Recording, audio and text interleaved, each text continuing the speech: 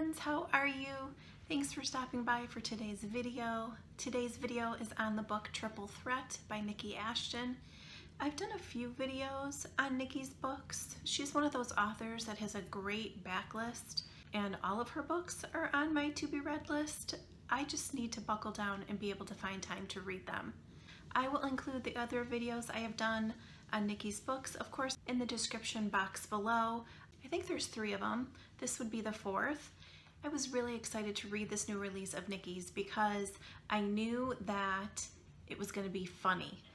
And I knew that because of some of the teasers and stuff she put out about it when I signed up for it. I enjoy her humor so much, and something you can always count on with Nikki's books is the heart that she also infuses in her story. That's a great combination for me. And there were times in this book that I was shaking the bed because I was reading in bed at night and my husband was asleep next to me and I just couldn't help it. Otherwise I would have burst out laughing and woke him up. Several times that happened in this book. Too many times to even mention. And you know what? Comedy is so needed right now. And then, of course, I did highlight my favorite passages that tugged at my heart, and I will for sure share those with you as well. Triple Threat is about Ellie and Hunter. Ellie is a Spitfire, and the two of them together, funny. They are childhood friends. They grew up together in the same small town. Their parents are very good friends. There's a little group of parents that seem to be good friends. I'm hoping that this book is laying the groundwork, and I am pretty sure that there will be more books about some of these people that we were introduced to in Triple Threat. I think I'm correct with that. I'm so excited if that's the case. I will definitely be signing up for the rest of those books. But let's get back to Ellie. She is in her younger 20s, I believe. She has a brother. She has parents. She lives at home with her parents. Oh my God, her parents. I had to laugh because there were so many funny moments with them. They are still deeply in love and have a very active sex life and don't hide that. So that was super funny. And I had to be like, go you. You know, Ellie's brother Carter, his best friend is Hunter. Hunter is the other main character in this book. Again, they've grown up together. So there's a little bit of small town, there's rom-com in here. You get a bit of everything with this book. Hunter is kind of a player. The title of the book speaks to him in particular. When I read that part, oh my God, am I blushing? Like it was really funny. I'll get to that in a little bit. He runs a ranch with his father. His mom has passed away, which a lot of the heart in this book comes from the vulnerability that him and his father have over the passing of his mom. His parents were still in love when she died. She died young. Those were very tender parts to read. But Hunter is known for his reputation, and although they've known each other their whole lives, they've only recently turned a little bit of a different eye towards one another. I had to laugh because the ranch that Hunter runs with his father has cows. Okay, that's normal. Ellie is deathly afraid of cows. And when you think about it, you're like, why is she, what's wrong with a cow? What's so scary about a cow? And you know, I have to say, girl, I get it, because I don't like rabbits. I don't like bunnies. So I get the whole what's scary about a bunny thing. For me, like, I don't mind them hopping around my backyard. An acquaintance from high school had one, and it was like 40 pounds, I swear to God. And it had the really long ears, and the way it like lumbered when it jumped. No, I don't like it. So I got the cow thing, as ridiculous as it sounds. Like I said, they sort of turn a different eye at each other. Ellie says that she would be blind if she didn't realize how hot Hunter was. He is well sought after in their town. Ellie decides to get Hunter to help her because her best friend Bronte has a crush on Hunter's dad. And she's like, no, no, no, no, no. No, no, no, no, that's not happening. Once Bronte kind of focuses in on something she wants, she's unstoppable. Well, Ellie's going to get in between and stop her. So she enlists Hunter's help to get her sidetracked and put her attention on something else. In doing that, she and Hunter start to spend a little more time. And that was another funny part. Like, they're 24, and Hunter's dad, Jefferson, is, I think Nikki says he's 48. So like, and like they're family friends. Like Jefferson is friends with Bronte's parents. Like, and Ellie's like, this just can't happen. So that's how they start spending a little more time together. They have amazing chemistry. And Nikki really describes their chemistry. And like I mentioned before, that Hunter is the reason why the book is called The Triple Threat, and I hope I can even say this. So they have a particularly steamy moment that takes them both kind of off guard, and Ellie realizes, because of the physicality of that interlude, that Hunter is quite big.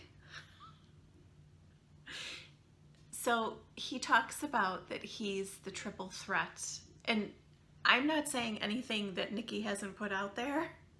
In fact, if I remember, maybe I'll put up the teaser that she put out so I don't actually have to say it, because I am like a giggling schoolgirl about it. Hunter himself mentions why he's a triple threat. So read this.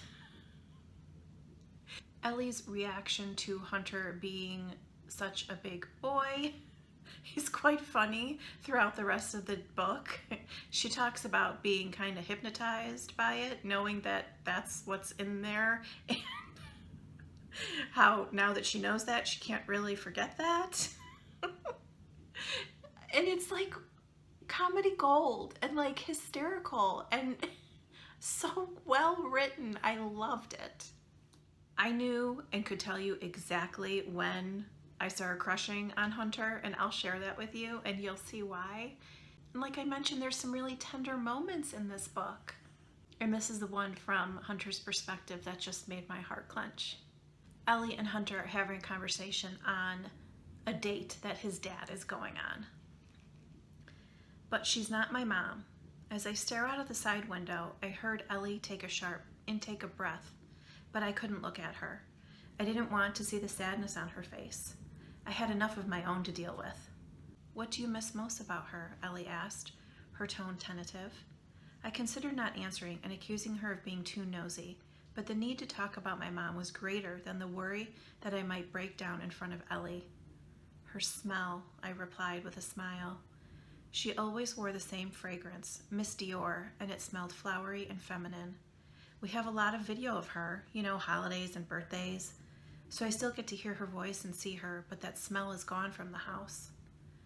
Ellie gave a soft whimper beside me, and I turned to see her swipe a hand at her cheek. You could buy the fragrance, she offered, with her eyes dead ahead. Pop doesn't know that I know, but he started to about a year after she died. I figured he must have finished Mom's original bottle because I went up to tell him dinner was ready and saw him unwrap it and spray it on his pillow. I sighed as I remembered how the cry of pain had caught in my throat, and I watched Pop from the doorway. I went back downstairs and pretended I hadn't seen it. Oh, doesn't that just kill you? Oh, and you could absolutely picture something like that happening. Oh, sweet Hunter, man, he got me with that one. And then a little bit later, this happens.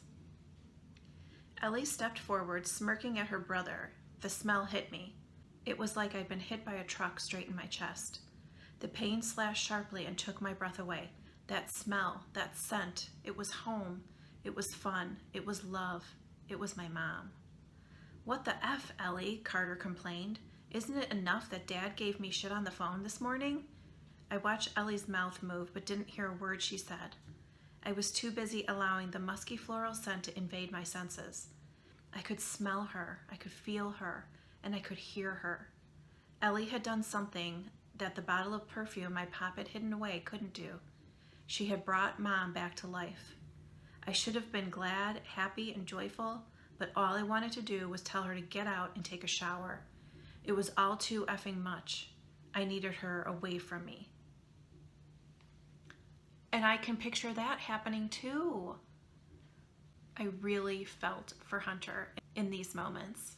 We know, and a lot of this book is, that they're very tentative. They're both surprised by how they've developed new feelings. They're worried about it. They're not sure about it. And the funny thing is, as often with this kind of thing goes, is that the people around them that are closest to them are telling them, like, you should do this. This is perfect.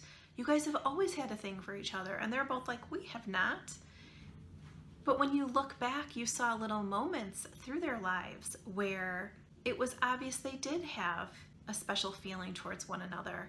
Ellie is worried to take that step with him because their lives are so intertwined. And I really understood her. I kind of wanted to slap her a little bit and go, girlfriend, get with the program. He's here. He is into you. But I understood her hesitation. There was a moment that I got really pissed. And they decide they're going to go to a dance. You know, like I said, small town. There was some sort of a celebration, and there's a big dance in town, and everyone goes. So they decide they're going to go together. And Ellie's put the brakes on anything else happening between them. And they're just supposed to be there as friends. And they're both like, yeah, I could help. I might be looking at someone else tonight. I could hook up with somebody else. And I was like, oh no, don't do that. Don't do that to me. I'm going to get really upset. And this is from Ellie's perspective, and it made me so mad.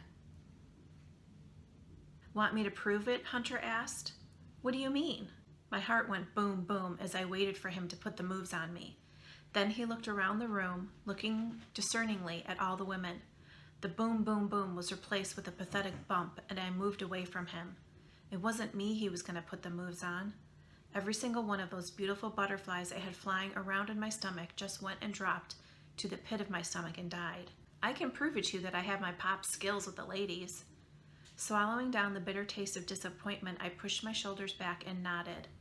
I'd been stupid to even start to feel an attraction to him. Never mind consider what a few drinks and giggles together might mean. Okay, I said, feeling a new determination to get him out of my head. Let's have a wager. Those scenes for the rest of the night, I was like so upset. Thank goodness we do have a happily ever after with this book. I really enjoyed Ellie and Hunter. I really enjoyed the other characters and all the humor that Nikki brought us with this book. I would definitely highly recommend it. Let me know if you have read Triple Threat or what other of Nikki's books you've read. I want to also thank you for taking a moment to give the video a thumbs up and consider subscribing. Doing that not only helps my channel, but it will also help this video get shown to more people here on YouTube. I always put a link in the description box below for the book, so if you want to grab Triple Threat, it'll be right there for you. Thanks so much for hanging out with me today. I'll see you soon. Bye!